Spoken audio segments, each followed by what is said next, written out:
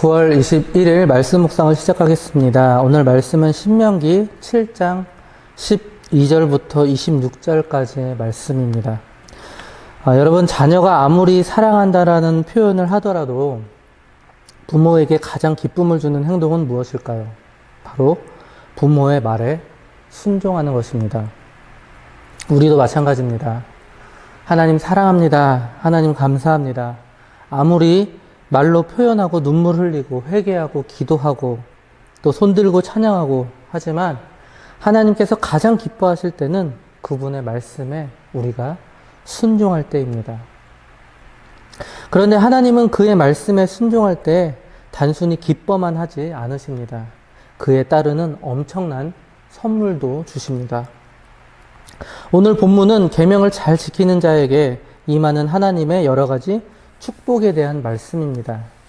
즉 모세는 백성들에게 하나님의 선민으로서 그분의 계명에 순종하고 거룩하게 살도록 촉구하는 데 이어서 이제 본문에서는 그 계명에 순종하는 자의 축복된 삶에 대해서 말씀해 주고 있습니다. 이처럼 순종은 정말 귀합니다. 순종은 하나님도 기쁘게 해드리고 그리고 우리에게 축복을 안겨다 줍니다. 그런데 안타깝게도 우리에게 순종은 왜 이리 어려운 것일까요? 우리 자신을 다시 한번 반성하면서 오늘 본문을 묵상하는 시간이 되시기 바랍니다. 12절입니다. 너희가 이 모든 법도를 듣고 지켜 행하면 내 하나님 여호와께서 내 조상들에게 맹세하신 언약을 지켜 내게 인애를 베푸실 것이라. 지켜 행하면, 계명에 대한 순종을 행하면 이라는 것이죠. 그에 대한 보답으로 축복을 주시는 하나님의 말씀입니다. 그런데 오해하시면 안 됩니다. 축복을 받기 위해서 말씀에 순종해야 한다는 뜻이 아니죠. 말씀에 대한 순종은 구원받은 인간의 이 당연한 의무입니다. 그 결과 축복을 받게 되는 것이죠. 이것은 순전히 하나님께서 덤으로 주시는 은혜입니다. 즉 오늘 본문은 하나님의 말씀에 대한 순종을 촉구하는 그 의미로 해석해야 할 것입니다. 그렇다면 하나님은 왜 이리 지키고 순종하기 힘든 율법을 우리에게 주신 것일까요? 다음 구절을 읽어보시면 답이 나와 있습니다.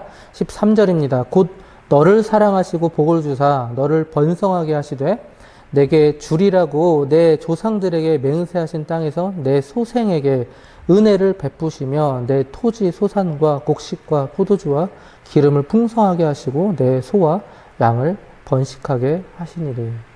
너를 사랑하시고 복을 주사. 하나님께서 이스라엘에게 율법을 주시고 그것을 지켜 행하게 하신 참 목적은 바로 하나님께서 이스라엘을 사랑하시고 그들에게 복을 주시고자 하셨기 때문입니다. 즉 이스라엘이 하나님의 사랑에 보답하여서 그의 말씀에 순종하는 것은 당연하다라는 것이죠. 사랑하는 성도 여러분, 하나님의 말씀은 우리의 삶을 올가매는 그런 장치가 아닙니다. 그의 말씀에 대한 순종이 어렵게 느껴진다면, 그리고 그 말씀에 순종하기가 실제로 어렵다면 우리는 그분에 대한 사랑을 아직 느끼지 못하고 있거나 또는 그분을 사랑할 준비가 되어 있지 않다라는 거예요. 좀 더 세게 이야기하자면 하나님을 사랑하지 않기 때문에 순종하지 않는 것입니다. 하나님의 말씀은 우리의 삶을 풍족하게 합니다. 내 토지 소산과 곡식과 포도주와 기름을 풍성하게 하시고 내 소와 양을 번식하게 하시리니. 이스라엘에게 임하는 축복은 당대에만 해당되는 것이 아닙니다. 오늘날 우리에게도 해당되죠. 하나님의 말씀에 순종만 하면 이러한 놀라운 풍성한 은혜가 우리의 삶 가운데서도 넘칠 것입니다. 14절입니다. 내가 복을 받음이 만민보다 훨씬 더하여 너희 중에 남녀와 너희의 짐승의 암수에 생육하지 못함이 없을 것이며. 히브리인들 뿐만 아니라 고대 근동사회에서 이 여인이 잉태치 못하는 것이 엄청난 수치였습니다. 그리고 그 자체가 신의 저주로 여겼습니다. 따라서 자녀를 많이 생산하는 것은 미덕으로 여기고 장려까지 했습니다. 그도 그럴 것이 당시 종족을 보존, 확장하고 또 국력을 좌우하던 이 주요 요인이 바로 백성의 수의 많고 적음에 달려있기 때문이죠. 하나님의 축복은 물질과 삶의 풍성에 그치지 않았고 이처럼 생육하고 번성하여 땅에 충만할 수 있는 복까지 임하게 될 것입니다. 15절입니다. 여호와께서 또 모든 질병을 내게서 멀리하사 너희가 아는 애굽의 악질에 걸리지 않게 하시고 너를 미워하는 모든 자에게 걸리게 하실 것이라. 애굽의 악질. 어떤 사람은 애굽을 가리켜서 모든 질병의 본산지라고 말합니다. 그 정도로 애굽은 여러 종류의 풍토병이 존재하죠. 여러 가지 악성 피부병, 옴, 장티푸스, 이질, 천연두, 안질, 흑사병 등 다양합니다. 그도 그럴 수밖에 없는 이유가 이 애굽의 고온다습한 기후와 또 사막의 먼지 등에 의해서 그런 조건들이 만들어진다고 합니다. 이처럼 이스라엘 백성들은 이러한 질병에 이미 곤혹을 치렀습니다. 그러나 하나님의 계명을 잘 지켜 행하는 자에게는 그가 어디에 있든 가나안 땅에 거하는 중에서도 그런 질병에 걸리지 않도록 해 주신다고 말씀하고 계시는 것이죠. 16절입니다. 내 하나님 여호와께서 내게 넘겨주신 모든 민족을 내 눈이 긍휼히 여기지 말고 진멸하며 그들의 신을 섬기지 말라. 그것이 내게 올무가 되리라. 긍휼히 여기지 말고 진멸하라. 즉 가나안 족속의 온갖 부패한 그 우상 숭배와 각종 관연한 그런 죄악을 엄격히 진멸하라라는 뜻이죠. 실제로 하나님께서는 가나안 족속들을 한 명도 남기지 말라 명령하셨습니다. 남녀노소는 불문하고 아마도 심지어 임산부도 포함되었을지도 모릅니다. 그런데 그들을 진멸하라 명령하실 때 하나님은 인간이 죽어가는 모습으로 보지 않으시고 죄악들이 죽어가는 모습으로 보셨다라는 거예요. 그렇지 않으면 반드시 이스라엘이 죄악에 물들어 버릴 것이 분명했기 때문입니다. 하지만 역시나 이 이스라엘은 가나안 족속들을 다 멸하지 않고 남겨놓습니다. 그리고 그들을 노예로 삼죠. 역시 그들은 가나안의 이방 종교 문화에 물들어 버리게 됩니다. 한편 모세는 지금까지 이스라엘 출애굽 2세대들에게 가나안 땅에서의 복된 삶에 대한 기대감을 이처럼 잔뜩 심어주고 있었습니다.